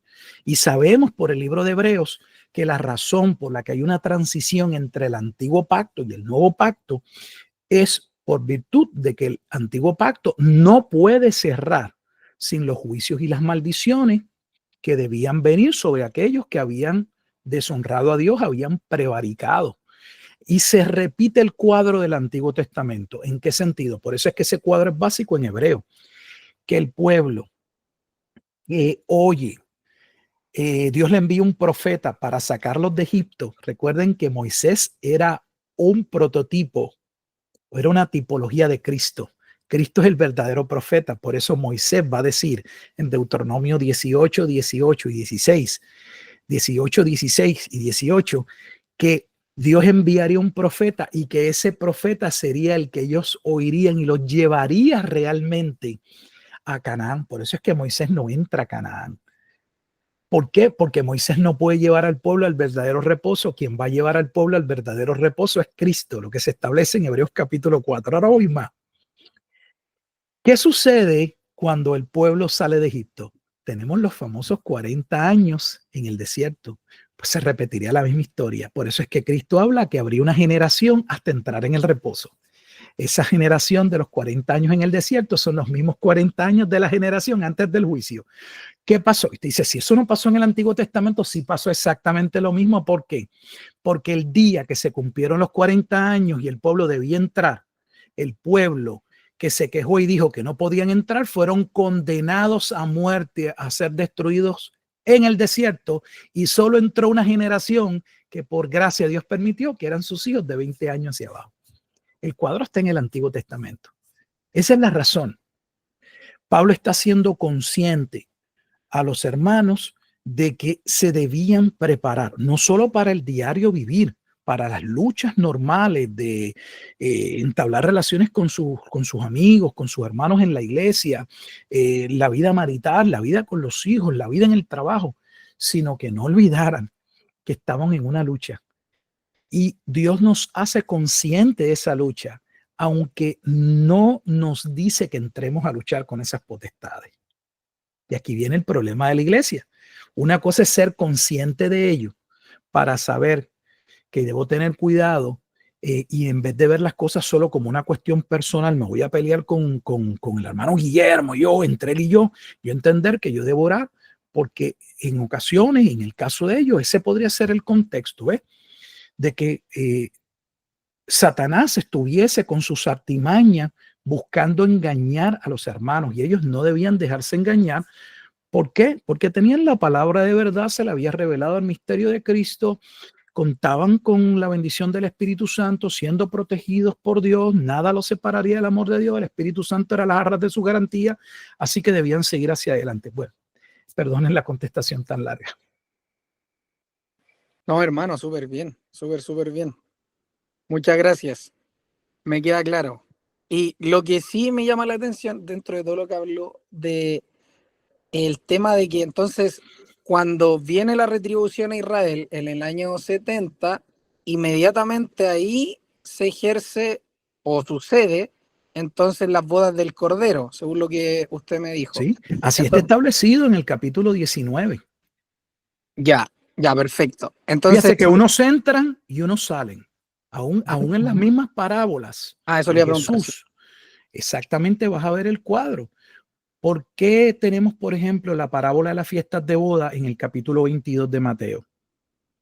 Donde la escritura dice que el enojo del rey o del papá del que se va a casar es que ellos habían escuchado el anuncio. O sea, en otras palabras, ellos no eran ignorantes de lo que iba a suceder. ¿Por qué Dios dice eso? Bueno, porque el pueblo de Israel había escuchado que vendría el Mesías a establecer el nuevo pacto marital, que habría una boda, que Dios entraría en una relación diferente con ese pueblo. Pero ellos no quisieron ir a las bodas. Y por eso es que en cada una de ellas, como en el capítulo 22 o como tienes las parábolas de las vírgenes en el capítulo 25, el cuadro es el mismo. Que al cierre del siglo, no del mundo, caería el juicio. Disculpe, hermano, pero es que para entender, por eso en mi mente tengo quiero entenderlo bien. Entonces, Dios se casó una vez con Israel y después se divorcia de ellos y después Sí, se casa con la hermano. iglesia? Hermano, Porque así como está. dice No, no Isaías es que se 15, casa con la iglesia es parte de la promesa de Israel. La iglesia no es una gente aparte. La iglesia es el cumplimiento. Recuerda que la iglesia no son gentiles. La iglesia es el cumplimiento del remanente que fue profetizado en el Antiguo Testamento que sería salvo. Solo que dentro de ese remanente ya estaban incluidos los gentiles desde el inicio. Por eso es que comencé en Génesis capítulo 12, versículos 3 y 7, donde lamentablemente muchos entienden que la simiente que sería bendita serían los descendientes de Israel, o sea, de Abraham, siendo el pueblo de Israel esa simiente. Y la escritura dice que eso no es lo que Dios quiso decir nunca, que la simiente no eran los descendientes, que la simiente a quien le fue hecha la promesa fue a Cristo y que los que serían salvos serían los que creerían por medio de la fe. O sea, yo no creo que la Biblia enseña teoría de reemplazo. Donde Dios reemplaza, porque eso es lo que me está, básicamente por ahí va, y eso no es correcto. Eso es una teoría con la cual se nos acusa de teoría del reemplazo, donde Dios sustituyó a la iglesia viene a sustituir a Israel. Eso no es lo que la Biblia enseña. No hay una separación del Antiguo Testamento al Nuevo, hay un hilo conductor, nuevamente estando los gentiles dentro de ese pacto. Por eso es que el misterio es importante. Así inicié. ¿Cuál es el misterio en el capítulo 3? Que eso no estaba claro. ¿Qué era lo que no estaba claro? Pablo dice que los gentiles participarían de la misma promesa. Hermano, eso es Efesios. Si lo están estudiando, entonces no lo entendieron. Porque eso precisamente es lo que Pablo les está diciendo. Yo estoy honrando mi ministerio. Miren dónde yo estoy por causa de predicarles a ustedes, porque Pablo estaba pagando un alto precio por dirigirse a los gentiles, pero le dice, yo no hago esto por hacerlo, esto fue algo que Dios planificó, yo solo estoy cumpliendo con mi parte, y les deja saber que eso no era claro, porque él tampoco lo tenía claro, porque no era claro en el Antiguo Testamento. Sin embargo, el Nuevo Testamento dice que Dios dejó evidencia de eso. Yo no creo que Pablo ni ninguno de los discípulos podían ir a Génesis capítulo 12. Obviamente no había el capítulo 12, pero viéndolo como nosotros lo tenemos con los capítulos y los versículos, podrían ellos dirigirse a esa porción de la escritura y entender que allí estaban los gentiles. Y sabemos que no. ¿Por qué no? Hechos 15. ¿Por qué llamaban a Pablo? ¿Por qué llaman a Bernabé? Porque algunos de ellos todavía tienen una lucha interna de si los gentiles realmente podían ser parte del pueblo de Dios. O sea, si ellos eran parte de ese remanente. Observe que lo que se está diciendo en Hechos 15 no es que hay una iglesia que se establece quitando Israel. Todo lo contrario, ellos tienen en mente de que ellos son el pueblo en el que se ha cumplido la profecía del Antiguo Testamento. Su duda es, dentro de este pueblo que Dios profetizó que vendría el Mesías para Israel, ¿los gentiles pueden ser parte? Todo lo contrario, fíjese que Hechos 15 no dice, nosotros somos la iglesia, no somos Israel. No, nosotros somos el Israel de Dios, pero no nos queda claro todavía que dentro de ese Israel de Dios o ese remanente profetizado, los gentiles puedan ser parte. Y ahí es que se establece, pues bueno, ustedes han hecho 15, que sale a relucir Pedro, lo que le había pasado en casa de Cornelio, y finalmente la declaración y la afirmación, de Jacobo, que queda sumamente claro, que trae a colación la profecía, digamos, capítulo 9, versículo 9, diciendo que ese templo que sería restaurado, ese tabernáculo que sería restaurado de salvación de David, era Cristo, y que ya ahí se había establecido que ese tabernáculo sería salvación también para los gentiles. Eso es Hechos 15. Entonces no hay una separación. No existe tal cosa como esa separación. Ya, perfecto. Entonces no es que se haya, como le había preguntado, casado 2 veces o algo por el estilo, sino que... Pero el Antiguo Testamento sí habla del divorcio. Claro. De hecho, hasta tenemos un libro. Déjame decirte que tenemos un libro. Por eso yo he regresado al Antiguo Testamento y se lo digo, aprovecho, lo digo cada vez que tengo una oportunidad, le digo a la gente, vuelvan a estudiar la Biblia. ¿Por qué? Porque fuimos dirigidos a no prestarle atención al Antiguo Testamento. Lamentablemente. Por eso no podemos hacer las conexiones. Y en un vacío teológico tratamos de hacer interpretaciones. Necesitamos el contexto del Antiguo Testamento. Entonces, por ejemplo, tenemos un libro que esa es la temática. ¿Cuál es ese libro? Está en el Antiguo Testamento, es un profeta menor. Oseas. ¿De qué trata el libro de Oseas? De la separación de Oseas con su mujer y cómo posteriormente Dios entraría, compara eso con lo que él iba a hacer y cómo entraría nuevamente en una nueva relación. O sea, está en la Escritura y de hecho está en Isaías también, acerca del divorcio, del recasamiento, pero no entendemos ese lenguaje nuevamente porque no estudiamos el Antiguo Testamento, lamentablemente. Y estudiar el Antiguo Testamento no es ir a una referencia. Yo estoy yendo a una referencia por tiempo. Isaías son 66 capítulos. No tenemos aquí el tiempo para discutir todo Isaías. Pero necesitamos regresar al Antiguo Testamento porque sin ese Antiguo Testamento realmente va a ser muy difícil poder interpretar de manera correcta, o cuando tenemos diferencias, ¿verdad?, en términos interpretativas de por qué uno lo ve de una forma y otro de otra manera, cómo nosotros determinar quién realmente está haciendo una interpretación que se ajusta al contexto. Y la única manera que podemos saber si una interpretación se ajusta al contexto es dónde están las referencias, dónde está la luz, dónde está la claridad, cuál es el pasaje de base o la alusión para yo interpretar ese pasaje de esa manera. Entonces, no es tan sencillo, hermano André Dan. Yo estoy como un niño chiquito regresando al estudio del Antiguo Testamento y no creo, con toda honestidad, que ni en el resto de días que Dios me pueda dar, no creo que yo pueda estudiar todo el Antiguo Testamento como debería estudiarlo. Creo que un estudio arduo, no sé cómo algunos pues ya se lo leyeron todo, ellos lo saben todo. Yo realmente, mire, ahora mismo nosotros estamos los jueves estudiando el libro de los Salmos, los jueves estudiamos los Salmos. Yo estoy sorprendido con mi estudio del libro de los Salmos y es un estudio que yo no puedo decir que es profundo. Le decía yo a mi esposa que ya yo hubiese querido en mi tesis haber colocado el conocimiento que voy adquiriendo del libro de los Salmos. Para mí los salmos, en lo que yo veía y en la liturgia o en la adoración, pues se usaban como una experiencia devocional para hablar, no sé, de una expresión de alabanza, de alguna situación.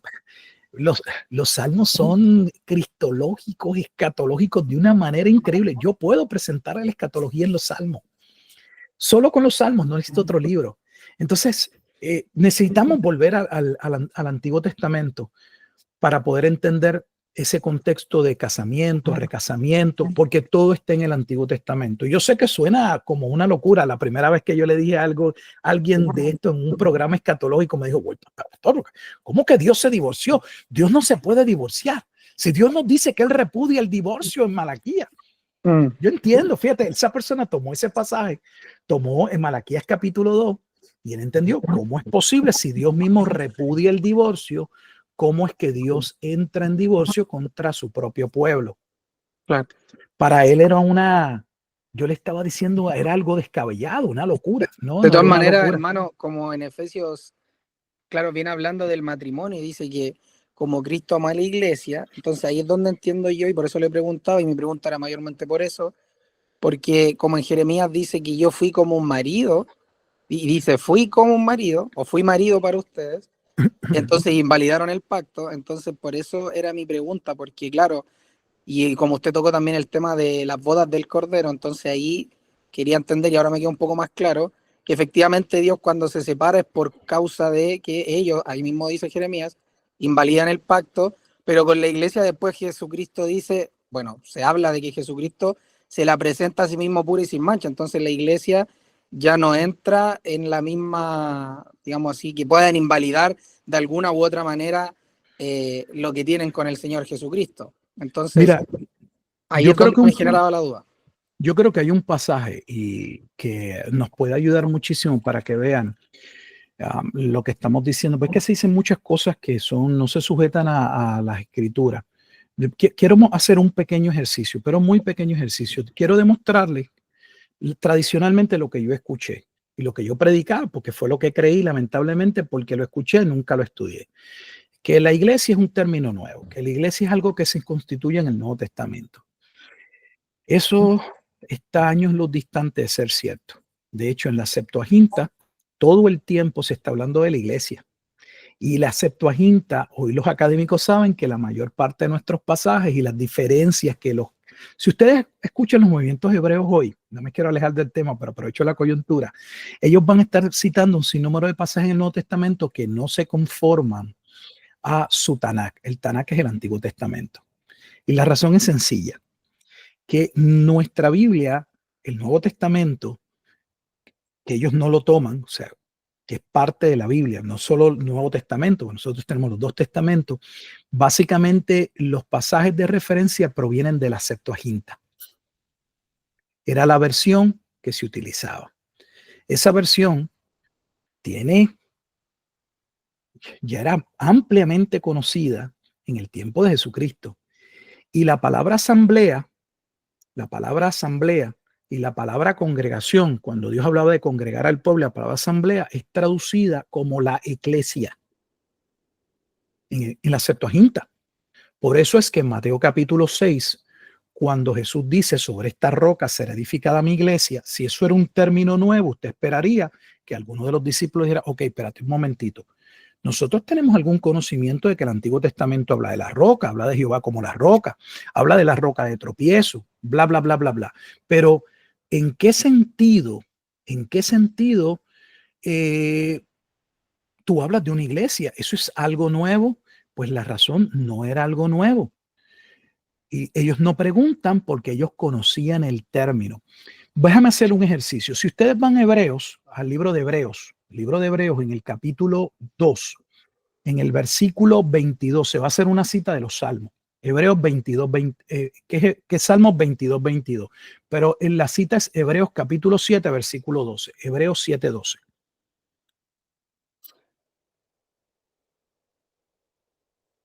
Hebreos 7, 12. Si van a Hebreos 7, 12, observe que ahí dice Hebreos, dije 7, perdonen, Hebreos 2, 2, perdóname, Hebreos capítulo 2, versículo 12, dije 7 varias veces, diciendo 2:12, anunciaré a mis hermanos tu nombre. Hebreos 2:12, anunciaré a mis hermanos tu nombre. En medio de la congregación te alabaré. Cuando ella está hablando de la congregación, de hecho, ese es un salmo mesiánico.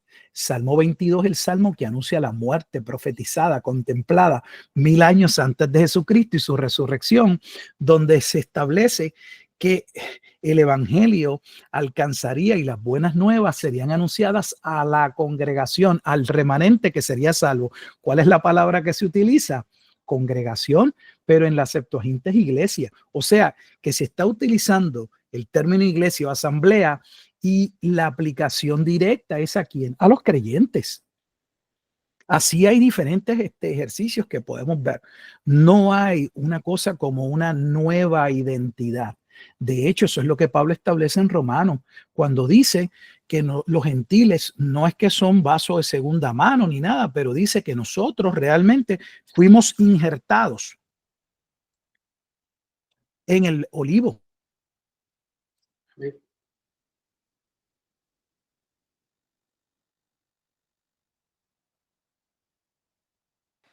Parece que se pegó nuestro hermano.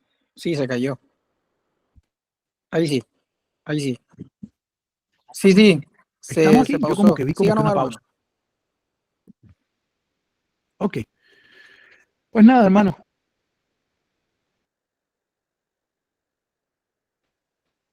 Sí, parece que tiene problemas su internet. Sí. Ahí sí, sí. Ahora sí, hermano Gilberto.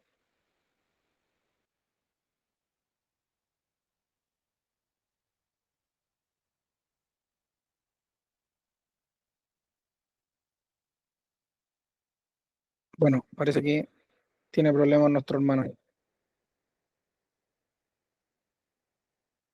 A ver. Bueno, bien bueno en todo caso lo que nos está exponiendo nuestro hermano. Vamos a esperar a que se una de nuevo.